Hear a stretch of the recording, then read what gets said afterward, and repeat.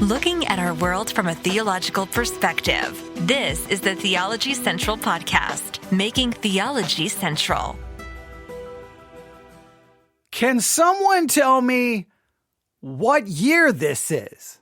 I'm being serious. I need someone to email me right now and tell me what year it is, because I thought it was 2024. In fact, I thought it was January the 1st, 2024, the first day of a new year.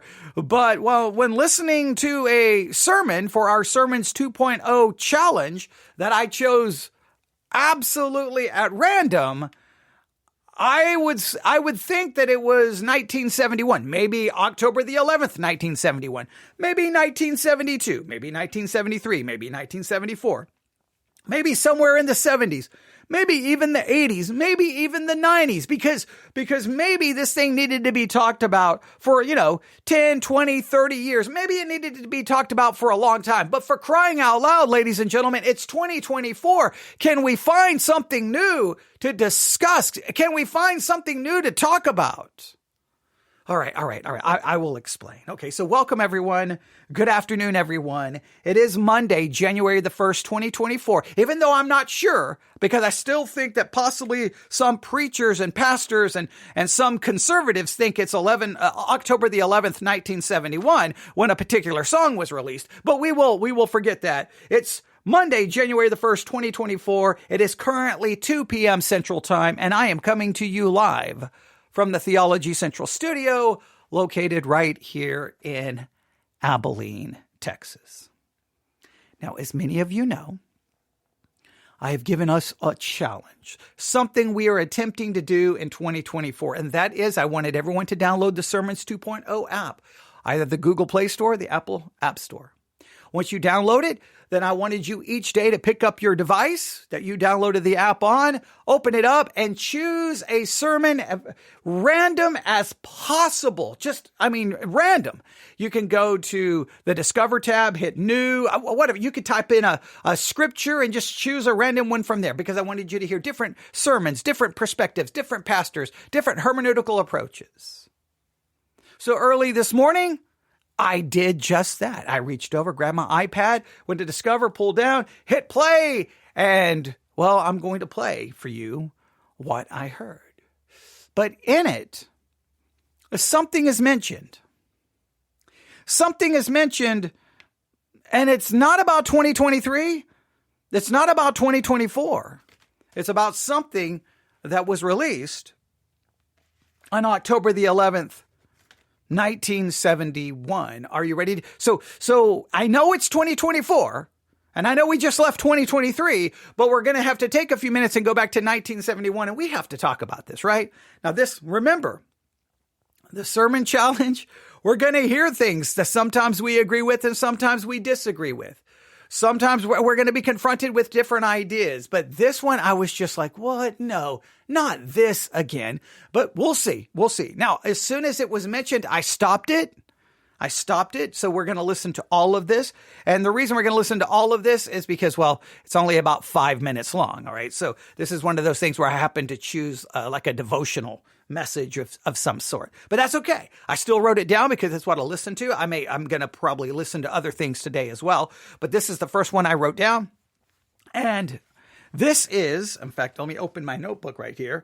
This is called New Year, James 4:14 from Bible Believers Fellowship. Or the total title is 058, I'm assuming maybe episode 58, New Year, James 4:14. I think this is a series. They were called Holiday Devotionals, I think is what they were calling this. I don't know when they started it. I've never listened to anything from this particular broadcaster. So again, we're choosing at random. So everyone should go download it for themselves. All right. Listen to it for yourself. Again, 058 New Year, James 4:14, Bible Believers Fellowship. And you should listen to this. Maybe it will spark a different conversation amongst your friends and your family. And maybe on social media, use it, talk about it. I mean, that's what we're trying to do. We're trying to get the most out of these messages. We've spent a lot of time discussing that as well. But are you ready? Let's see. I'm going to let you hear what I heard And then, well, we're going to talk a little bit. We're going to talk a little bit. Oh boy. Okay. All right, here we go. Deep breath. Remember, it's 2024. Remember, okay? You may be confused in a minute. Here we go.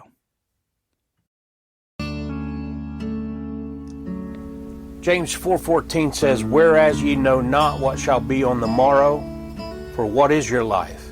It is even a vapor that appeareth for a little time, and then vanisheth away." I used to really enjoy the New Year holiday, but as I get older, it's become really not such a big deal. Maybe I'm just getting old, but I also know it's not just me. Few people that I know do anything on New Year's Eve, especially if it requires being on the road due to all of the drunks out driving around. Staying up late was never an issue with me, and I'm a night owl, so on any given night, I'm usually up later than my wife, at least used to be, 365 days a year, unless she was up with illness or injury of some sort. So for me to stay up until midnight was pretty normal for me up until the last couple of years, and now it seems like recent years I hit 11 o'clock and my tank hits empty and I'm ready to hit the sack. Now, to be fair, the individual is clearly indicating that they are older. I won't refer to them as old, but older. They get now tired and ready for bed at 11 o'clock at night, right? So they're older, and now they're not as excited about New Year's Eve and just those kinds of things. Okay, so they're clearly giving an indication that they're older. So therefore, when you're older, you have a tendency then to reference and to pull from things from the past, right? We have a tendency to do that. We'll grab on. We're going to mention something. We're going to make a reference to something. And sometimes those references tend to be from the memory bank instead of from what is happening around us. Now, you can argue the effectiveness or ineffectiveness of doing such thing when communicating or preaching or doing a podcast or a broadcast of any sort, right?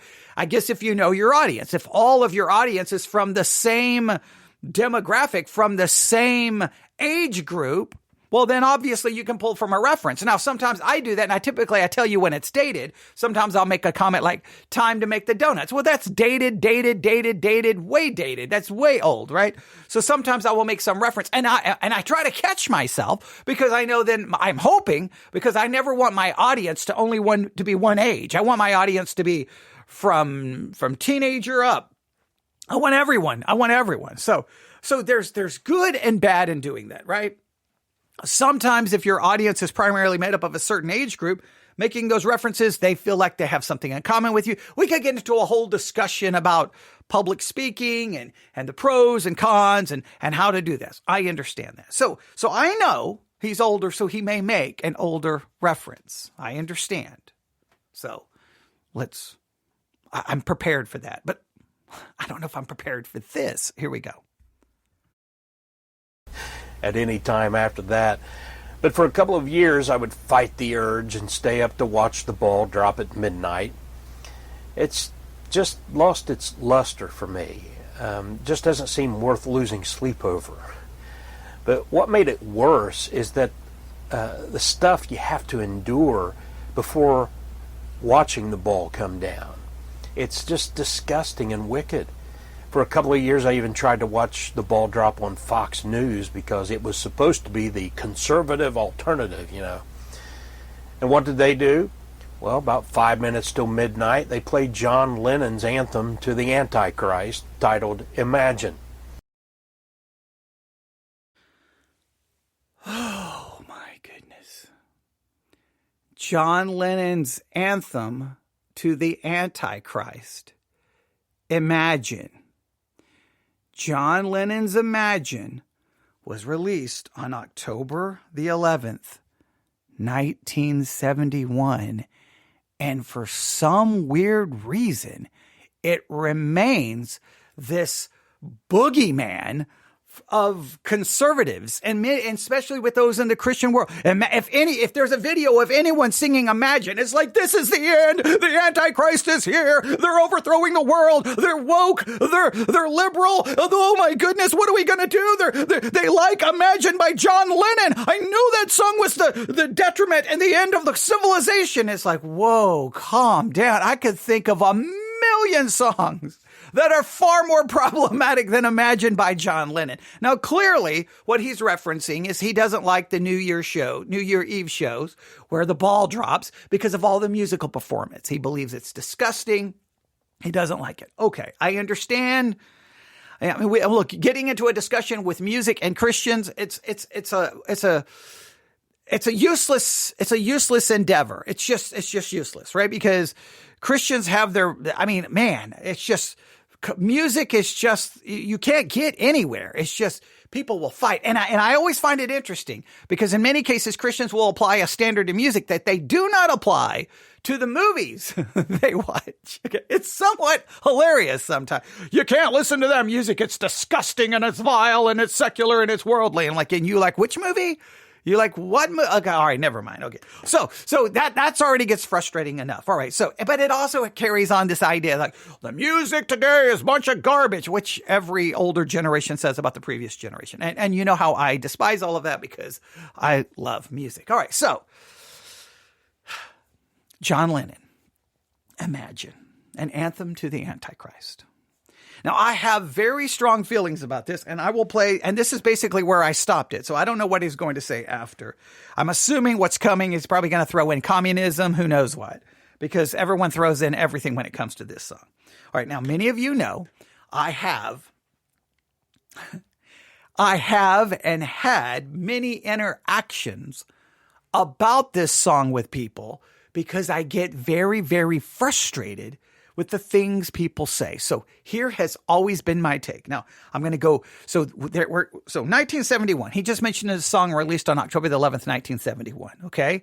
Now I'm going to jump to the 1980s. 1980s. I grow up in West Texas.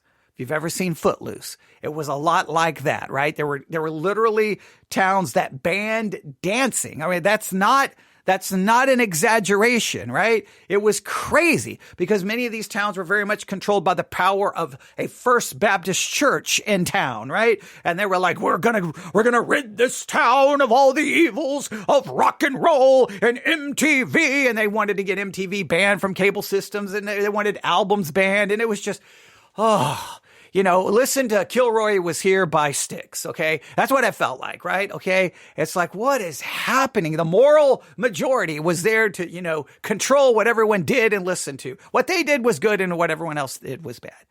And of course, that was the time during backmasking. So they were playing records backwards to listen to some secret message, supposedly from Satan, who say, let's play another one, Bites the Dust backwards by Queen. Oh, I think it says Smoke Marijuana, and Stairway to Heaven by Led Zeppelin is something about Sweet Satan. Oh, let's play. And so we're going to play them backwards because the argument is, even though you're playing them forward, the message that you hear backwards was being put into your mind subconsciously when you listen to it forward. It was the most conspiratorial, ridiculous thing I've ever heard in my life. And I was sitting here as a teenager watching adults do this stuff. And I'm like, you people have lost it. If the adults are in charge, we are doomed. That's basically was my feelings. But I decided I could find a new form of entertainment that did not cost me any money, right? And here was my form of entertainment. Local churches all over the West Texas area were doing these like the evils of rock and roll this Friday night.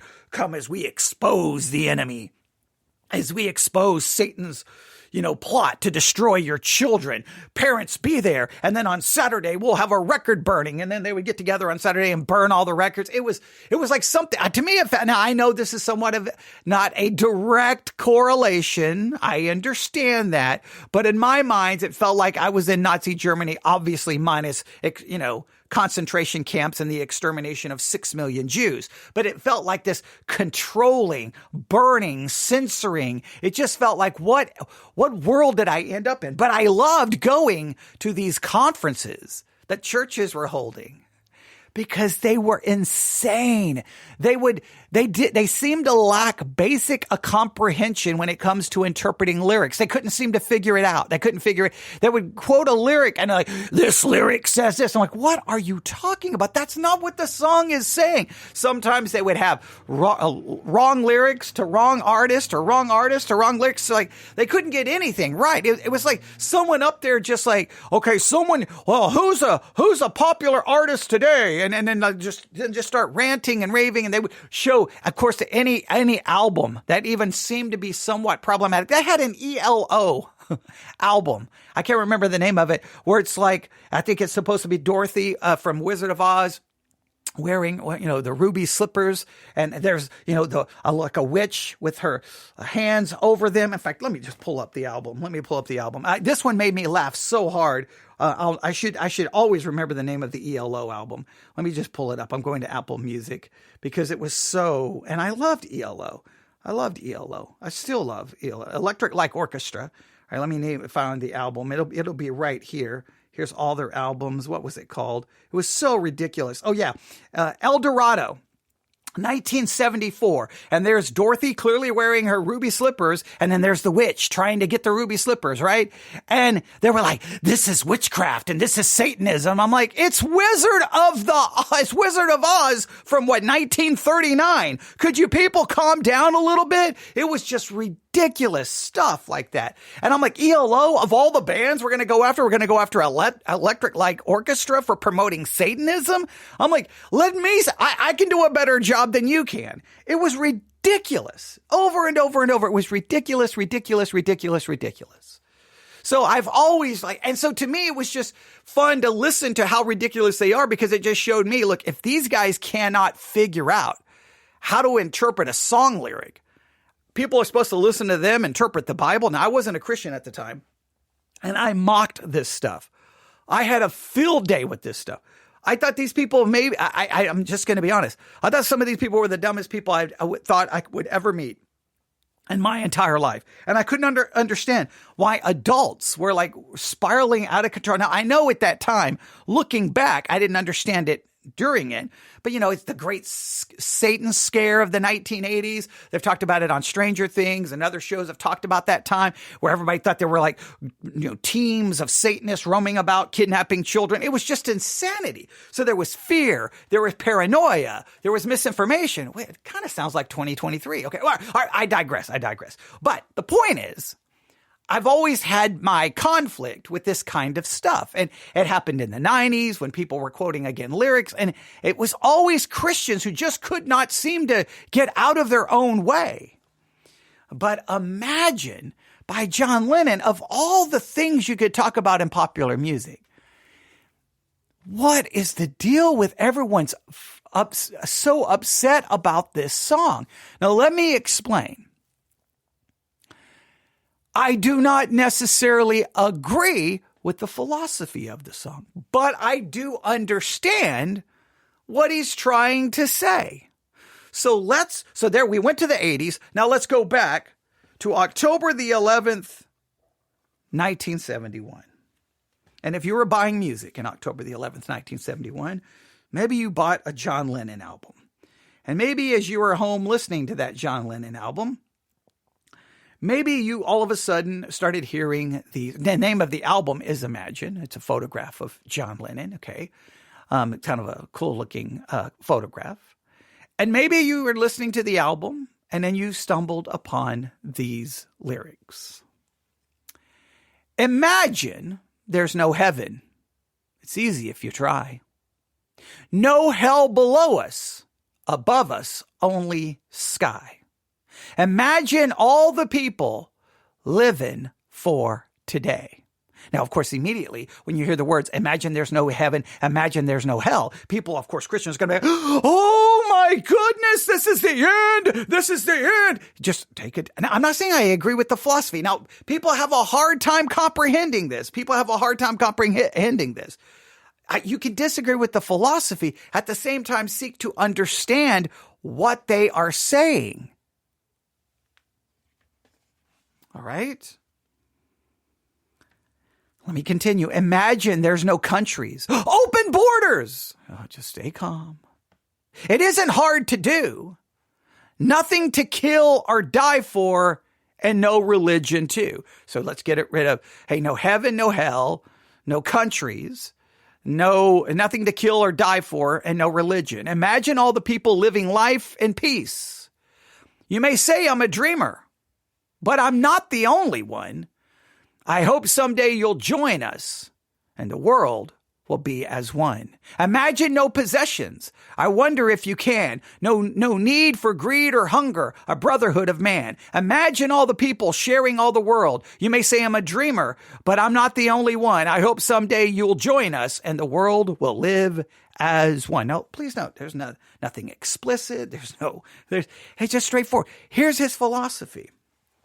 I mean, it's pretty simple to read that and understand it. Here's someone's looking at the world and he's like, the world is divided. People are fighting, yelling, screaming, war. There's just all of this conflict and division.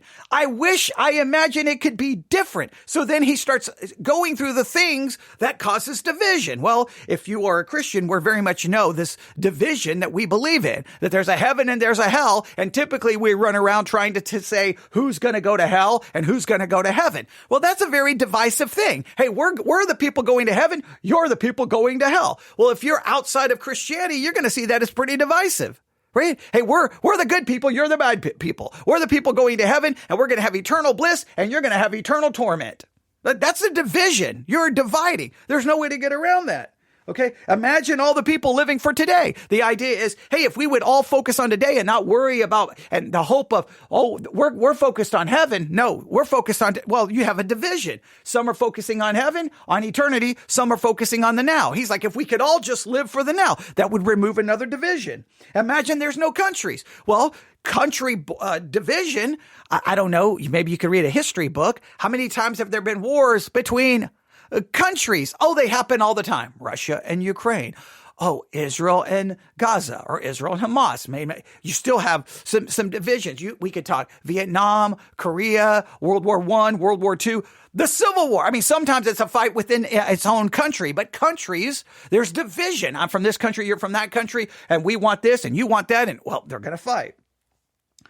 He goes on to say, it's hard. It isn't hard to do. It's not hard to do to imagine all of these divisions gone. Nothing to kill or die for.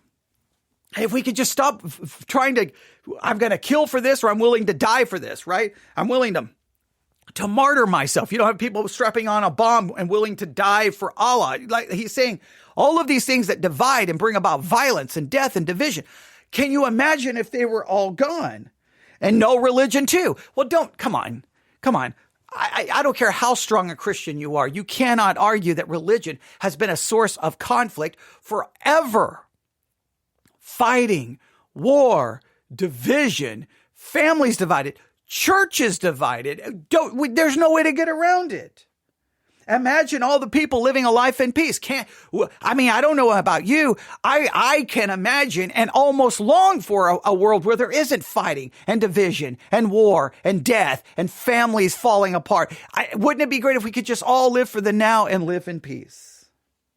You may say I'm a dreamer, but I'm not the only one.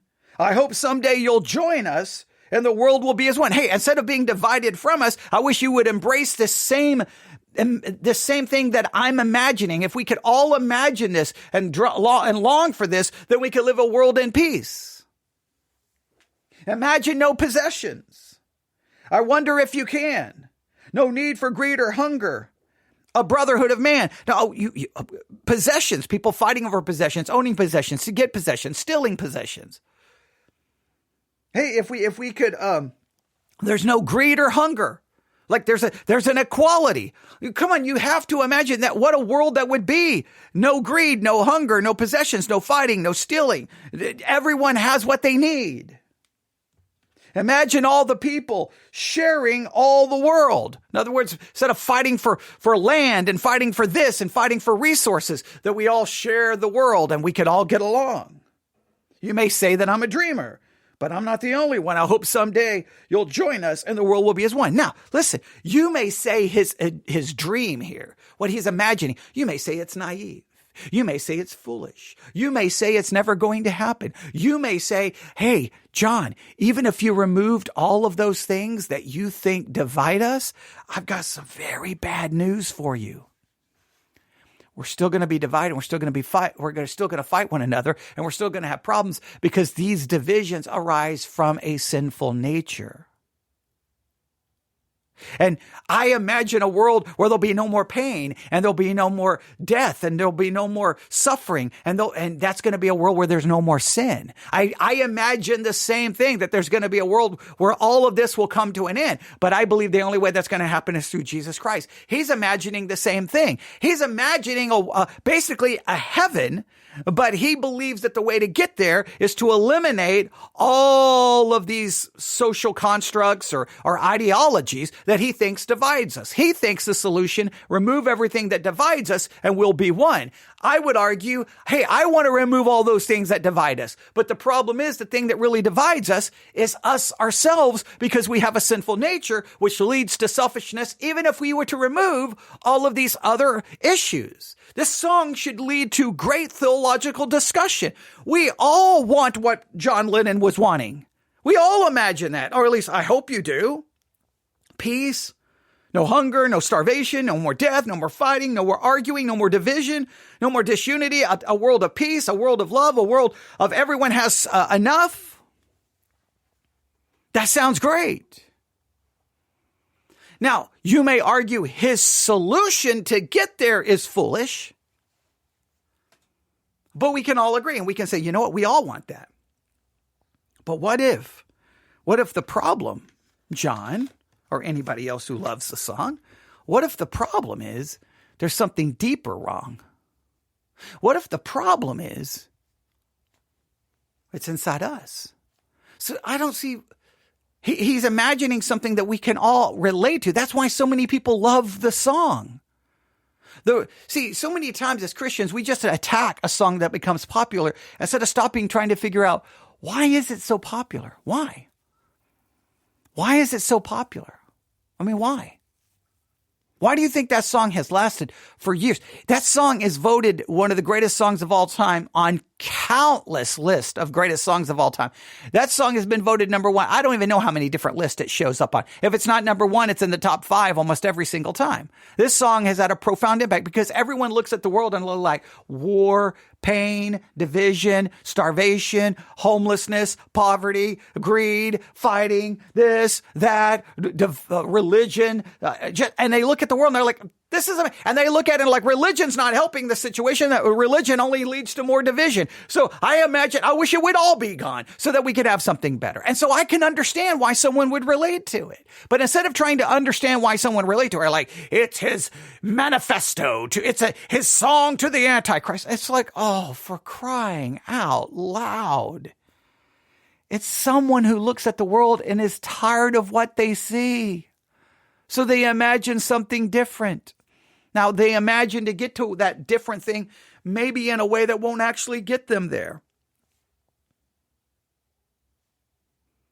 It's not the first song. It's not the first anything to put forth an idea of looking for some kind of, utopian society. It's not the first to put forth some kind of idea about this perfect way of living. John Lennon was not the first. He definitely hasn't been the last. There's been millions of movies, books, so many things. But for some reason, it's like John Lennon loves the Antichrist. John Lennon loves the... And it's like John Lennon just looked at a world and wanted a different world. Can you blame him? That was 1971. I don't know. What are some of the things that had happened? Well, as someone making music in 1971, what had his generation probably somewhat pretty familiar with? I'm assuming Vietnam would have been strong on their mind. The whole civil rights situation would have probably been strong on their mind. Korean War would have probably been somewhat, right there with them. I mean, you can talk about all of the things that they would have been witnessing and seeing. And that the whole hippie movement, they were tired of the world and what the world had to offer. And they wanted to, in a sense, check out, drop out and look for something. They wanted to create some form of a utopia. Now, did they ever find it? No. Because I believe the reason they couldn't find it is because there's a deeper issue at work, and that's our sinful nature. So I don't know why the song is so like, oh my goodness, I was going to watch Fox News and for crying out loud, they played Imagine by John Lennon. Oh no, what are we going to do? It's a song to the Antichrist. It's not a song to the Antichrist. It's a song of a human being looking at a world that is broken and going, I wish, and I can imagine that if all of these things that he thinks is causing the brokenness would go away, that the world would be one. I will argue, remove all of those things, the world still would not be one because we're depraved sinners. I can disagree with the overall premise. Well, no, I can agree with the desire put forth in the song, disagree with his solution, and not have to turn it into, this is a grand,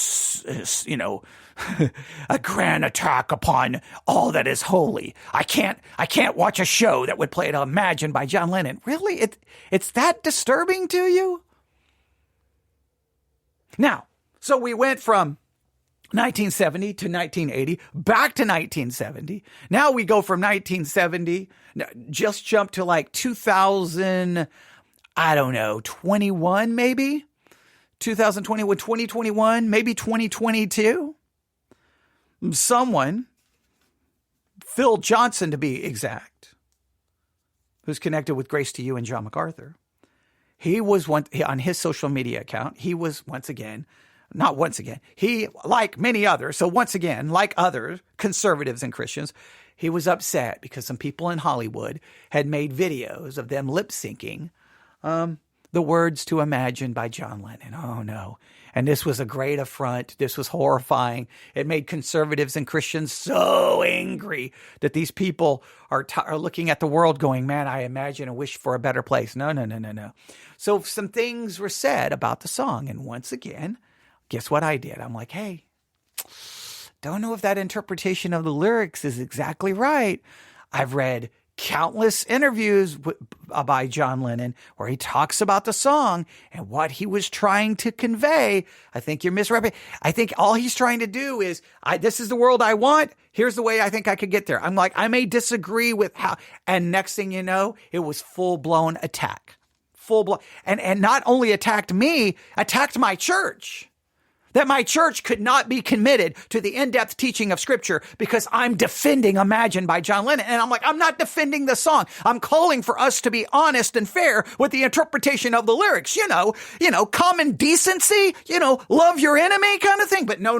And then I got attacked. In fact, I had to finally start blocking and had to just basically remove everything because I made the foolish mistake of saying, I just don't know if that's what John Lennon was trying to say. Let me give you an example of just one article about the song. Just one article. According to John Lennon, I mean, I don't know. Who should I listen to? Christians, or should I listen to the person who wrote the song? I don't know. According to John Lennon, the song Imagine is about envisioning a world without divisions, barriers, and conflicts. It expresses his desire for global unity, peace, and harmony among all people. Lennon described it as a utopian song representing his idealistic vision for a world free from religious, political, and social differences. Oh, what a horrible idea. He wants a world that would be free from religious, political, and social differences? What an evil man.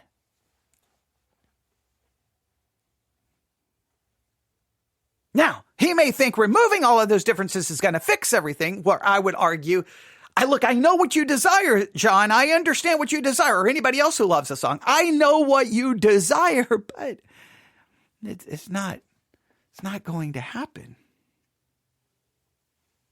The lyrics of Imagine encourage listeners to imagine a world where there are no possessions, no countries, no divisions, that humanity, Lennon suggests, that if we can let go of all of these constructs, we can achieve a world of true freedom, love, and understanding. The song's message resonated with many people at the time of its release in 1971 and continues to be an anthem for peace and unity. It is considered one of John Lennon's most iconic and enduring works. Now, I'm going to go back. I'm going to play everything we just heard and then let this play itself all the way out. And I may jump back in, but it's just crazy. Now, unfortunately, this is not what I wanted to happen. Okay. During this, but this is going to happen during the sermon challenge, right? It's going to happen. Now, I want you to go listen to it all for yourself. I want you to listen to, you can go to listen to Imagine by John Lennon today if you want. Okay. I know, is that wrong to say? You can. You're free to do that. But I want you to go listen to this message that we are not really reviewing, but that I'm addressing because, this is what happened to me today listening to it. It's called 058 New Year, James 4:14, Bible Believers Fellowship. I want you to go listen to it. And I want you can draw your own conclusions. But here's what I say. Whatever you think about any song or anything, just be fair with it. Try to listen to what the artist is saying. And I think people do this. I think parents usually are the ones who make this mistake. If your kids like something, instead of just yelling and screaming and condemning at it, like, get that garbage out of my house, instead of doing that, maybe try to understand why. What is it about the message? What is it connected to? It may not be anything more than other people listening to it and they just want to fit in. Come on, you got to be able to relate to that. You got to be able to relate to that. But maybe there's something that they really are emotionally connected to. Try to understand it. Well, let's listen to this again. Now, I do like the way he starts out. He's kind of got this cool kind of intro music. Then he lets it play as he talks over it. I like the production here. I do like the production. It's done very well. I wish I had those production skills, but I don't. Does a very good job. And, let's see how we get from, New Year's, being too tired to stay up till midnight, disgusted by programs where the ball drops because it's horrible music, and then upset with Fox News because they themselves dare play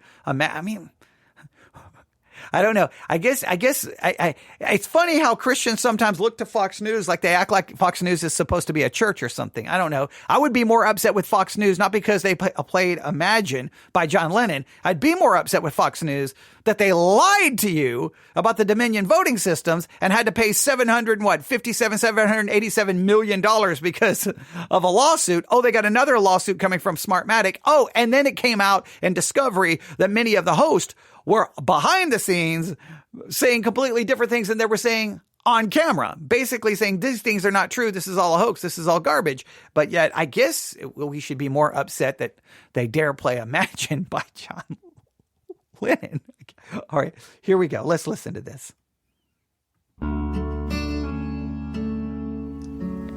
James 4:14 says, whereas ye know not what shall be on the morrow, for what is your life? It is even a vapor that appeareth for a little time and then vanisheth away. I used to really enjoy the New Year holiday, but as I get older, it's become really not such a big deal. Maybe I'm just getting old, but I also know it's not just me. Few people that I know do anything on New Year's Eve, especially if it requires being on the road due to all of the drunks out driving around. Staying up late was never an issue with me, and I'm a night owl, so on any given night, I'm usually up later than my wife, at least used to be, 365 days a year, unless she was up with illness or injury of some sort. So for me to stay up until midnight was pretty normal for me up until the last couple of years, and now it seems like recent years I hit 11 o'clock and my tank hits empty and I'm ready to hit the sack at any time after that. But for a couple of years I would fight the urge and stay up to watch the ball drop at midnight. It's just lost its luster for me. Just doesn't seem worth losing sleep over. But what made it worse is that the stuff you have to endure before watching the ball come down. It's just disgusting and wicked. For a couple of years, I even tried to watch the ball drop on Fox News because it was supposed to be the conservative alternative, you know. And what did they do? Well, about 5 minutes till midnight, they played John Lennon's anthem to the Antichrist, titled Imagine. So for the several minutes Leading up to the final countdown for the year, as you watch for the ball to drop, you're subjected to a song about the glories of communism. A song about the glories of communism. Now, there was discussion John Lennon had about the song on communism, but he makes it very clear that his view there was not so much like a Russian or a Chinese. It was more like a British kind of form of socialism where he thought maybe that would be, once again, he was looking for solutions to all the problems that he saw in the world. But the song is more just him imagining if we got rid of all these things, it would be like, I don't understand why it's got to be classified in such negative ways. Like, do we just lack the ability to engage art in a meaningful, thoughtful way? He imagines something. He wants something. Okay, we can all want that. All right, what's your solution, John? Okay. Beautiful song. Well done. Iconic. One of the greatest songs of all time, according to almost everyone. But well, I just don't know if your solution would actually work. Next. Okay, that was 1971. We could be done talking about that by 1972. All right, now we're in 2024. I mean, we could talk about Flowers by Miley Cyrus. I mean, that's one of the big songs of the year. We could talk about Doja Cat. We could talk, there's a million other things. Taylor Swift. We could talk about that, right? She was on the charts. What's the country artist? Morgan Wallen. I can't remember his name. I'm not a big country fan. I listen to it, but I don't keep up with it. He was all over the charts. We could talk about that musical travesty known as Luke Combs covering Fast Car by Tracy Chapman. We could talk about that atrocious crime against humanity. That's more offensive to me than anything. Okay. All right. That's a whole different story because obviously I love the original by Tracy Chapman. Okay. I digress. The point is there's a million other things, but I know for him, this is like a communist manifesto. This is a song to the Antichrist. Let's see if he says anything. I told you communism was going to come in. I told you because I've heard this play out so many times. Let's see if he says, maybe he just is done with the song and he'll move on. Some of the lyrics to Imagine say, imagine there's no heaven. It's easy if you try. No hell below us. Above us, only sky. Imagine there's no countries. It isn't hard to do. Nothing to kill or die for, and no religion too. You may say I'm a dreamer, but I'm not the only one. I hope someday you'll join us and the world will be as one. Now, if you don't understand the Antichrist, New World Order, communist agenda of that song, then you have the spiritual discernment of a dead ant.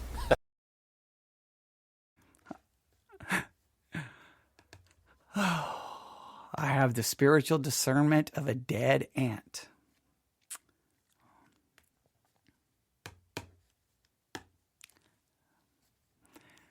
I have the spiritual discernment of a dead ant. I would like to think that this is not even about spiritual discernment. This is about the ability to take a song and to correctly understand what the artist intended to say. And find that, which I can find common ground with. Man, I would like a world where there would be division. But don't you find it interesting? He's critiquing a song that says we're too divided. We attack one another. And I want it to all go away. And religion is a leading cause of it. Or at least he mentions no heaven, no hell, no religion. I won't say if he would say it's a leading cause, but he definitely mentions it. And then here's someone who's religious calling out the song. And if you don't understand the song the way he tells you to understand it, you have the spiritual discernment of a dead ant, immediately promoting the very disunity and division that John Lennon was saying religion leads to. Is that not a little ironic? And all the while, as this is playing, you have half-naked drunk people singing about the Antichrist. And the whole spirit of the scene is godless. Half-naked people singing a song to the Antichrist? No, if they're singing Imagine, they're not singing to the Antichrist. And typically, when they show the ball drop. It's usually New York City. Usually it's pretty cold, and usually people are bundled up covered up pretty good. Really? I mean, you don't really see a lot of naked people in Times Square on New Year's Eve. Maybe you do, but I mean, maybe there's pictures somewhere. Okay. I don't know. I've never watched the ball drop and go, oh, look at all those naked people. Look at them. They're everywhere. Maybe some of the artists performing, but if you're at the last 5 minutes and they're playing Imagine and they're showing the crowd, I mean, who are they showing that's half naked? I mean, what? I don't know what he's watching. I don't know. Maybe I missed that year. It must have been really, really bad to be, I mean, it must have been really bad. And I guess he has the ability to determine who's drunk or not drunk simply from his television set. But hey, why would we want to imagine a world where we aren't so judgmental and divisive? I mean, because that would be ridiculous to want to imagine a world that way. I mean, that would be foolish. Who would want to imagine a world that way? I would rather live in a world where you can sit on your couch watching people 1,000 miles away in New York City, and you say, that person's drunk, and that person's drunk, and that person's drunk, and that person's drunk, and that person's half naked. Like, now maybe you can judge the lack of clothing, but I don't know how you can determine who's drunk or not drunk. Like, how do you know who's drunk? Like, how did you pull that off? Gathering of these godless people who have no consciousness of their own mortality. They're thinking that the next year is going to be amazing, or at least better than last year.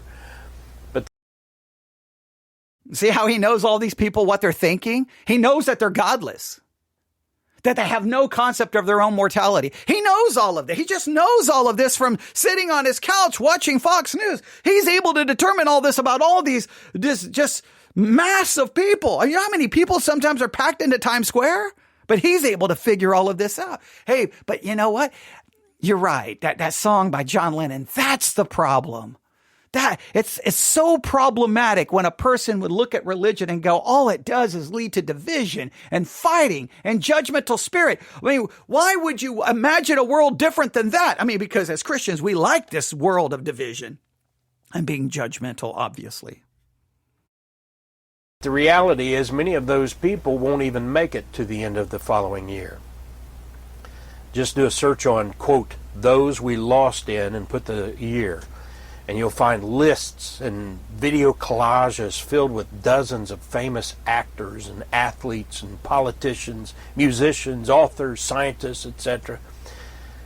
Listen to our text in its context as we read the verse before it and after it. This is James 4:13 through 15. Go to now, ye that say, today or tomorrow we will go into such a city and continue there a year, and buy and sell and get gain. Whereas ye know not what shall be on the morrow. For what is your life? It is even a vapor that appeareth for a little time and then vanisheth away. For that ye ought to say, if the Lord will, we shall live and do this or that. That nails it. I'm sorry, but I just couldn't stomach this New Year stuff any longer. I don't think there's anything wrong with people just counting down to the new year and singing Auld Lang Syne and hugging and kissing their spouse and all that kind of thing. But when it comes to drunkenness and wicked music and an overall antichrist spirit, just count me out. I don't know for sure that I'll live to see the next ball drop. People die at the very moment the clock strikes midnight of every New Year's Eve. I want to live and behave in such a way that no matter when I'm called to heaven, I'm not caught up in the spirit of this world. Those of us who are saved by the blood of Jesus, who died on a cross to pay for our sins, he rose bodily from the dead, conquering sin and death. We don't need all of that worldly, fleshly, sinful junk on New Year's or at any other time. If the Lord will, we shall live and do this or that, and all for the glory of our Lord and Savior, Jesus Christ. Now, he says many wonderful things there at the end. Right? We should never consider and never just assume that we're going to live forever. We are going to die. We need to be reminded. And he quoted a beautiful, powerful text, James chapter 4, verse 13. Go to now, ye that say, today or tomorrow we will go into such a city and continue there a year and buy and sell and get gain, whereas you know not what shall be on the morrow. For what is your life? Is it even a vapor that appeareth for a little time, and then vanisheth away? For that you ought to say, if the Lord will, we shall live and do this or that. But now you rejoice in your boastings. All such rejoicing is evil. A beautiful passage of many things he said right there. But even at the end, he was drawing those clear distinctions in the line. I'm the godly one, and I'm not going to be like those ungodly ones. Now, I understand that is built in to Christianity. I understand it's built in. There are saved and there's the unsaved, godly and ungodly. I understand there's right and there's wrong. By no means am I saying we ever throw that away, but it's just ironic that he's criticizing a song that says, hey, I've grown tired of all that division. I've grown tired of all that fighting. I've grown tired of all of the finger pointing and back and forth. And I imagine something different. Now, I understand. I understand completely that desire to be tired of it, because I get tired of it. I get tired of it.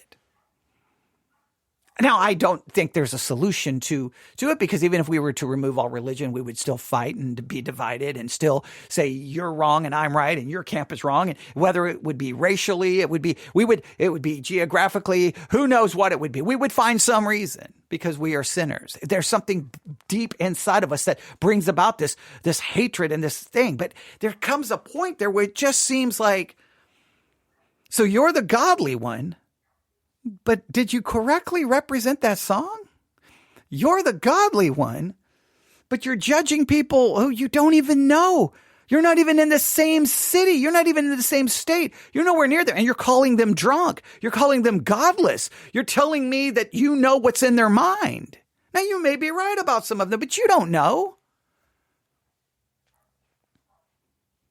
It would be like someone who looks at all the statistics of how many children have been sexually abused and molested inside churches or by religious leaders, and then assume that anyone who's religious, anyone who's a pastor, anyone who's in ministry, that they're going to possibly molest children.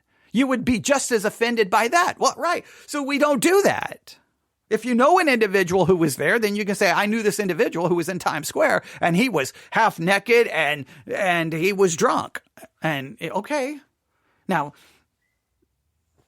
is there drunkenness in Times Square during New Year's Eve? I would assume so. There's drunkenness probably everywhere. Okay, that's alcohol's a pretty popular. Well, actually, beer drinking is on a massive decrease right now, according to a recent study. But all right, I digress. The point is, drunkenness has always been a problem. Always been a problem, right? For a very, very long time, right? Very long time. So we could talk about that. It just seems weird that he referenced this song as a communist, antichrist, instead of just trying to understand what the song is saying. Now, I wish in 2024 we could have a world like John Lennon described. There would be no more conflict and no more difficulty, peace. Everyone has plenty. I just don't think John Lennon had the right solution. Because the solution ultimately requires God coming back and ruling and reigning, and our sinful nature being eliminated. I do agree, and I don't think John Lennon's song really has anything to do with it. James chapter 4 is something that we do need to remember, because neither you nor me nor anyone else, we're guaranteed if we're going to even see January the 2nd, 2024. So we should be grateful for the day that we have, utilize it for the best of our ability to serve God. And in serving God, let's show love to our enemy. Let's not judge what we shouldn't judge or can't judge, like what's going on in someone's mind and heart. And maybe, instead of kind of slander, we accurately represent what someone says and is fair about it. We still may disagree with it, but we can talk about the song Imagine by John Lennon. I think it's a great discussion. I think it's a good discussion. I think it's a good conversation starter. I think it brings up many philosophical concepts. And I think someone who is not Christian would look and sit back and go, so wait a minute. You don't like the song? because it says no religion and no heaven and hell and these concepts, you do realize you religious people have been around for thousands of years and you've yet to make the world better. It only gets worse. They could put the blame at the church and say the church has not helped anything. It's only increased division, fighting, and wars. Now, whether that's an accurate criticism, it's one that could be made. Now, I think just, wanting everything to go away is not a solution either. So we could have a discussion about that. But it turned into, I don't remember all the adjectives used to describe it, but there you have it. That is what I heard today, randomly choosing a message. Now, I appreciate the message. I do. Even though I disagree strongly with what was said, I do appreciate because it got me to James 4. Now, remember what I said. When we're listening to things randomly in 2024 and doing this challenge, look, you're going to hear things sometimes you don't agree with. You're going to hear things sometimes you don't like. We can focus a lot on that, or we can also try to take from it something. So here's what I'm going to take from what we just heard. I'm going to make sure I continue to check my heart and make sure that I am not judging people in an inappropriate manner. I'm going to try to make sure that I try to fairly represent people, because I fall short of these two things as well. I judge people in a wrong way. I don't fairly, accurately represent people in a right way. I do wrong. I do the same kind of wrong and the same kind of thing. And I do need to be reminded that, hey, I can't count on tomorrow. My life is but a vapor. It's here and it's going to be gone. And I need to make the most of it. So I'm going to try to learn from everything in that. I'm not going to try to just criticize it. I had to offer a criticism only because, and it's not even about this. It's just about, my constant experience with this song within the Christian world.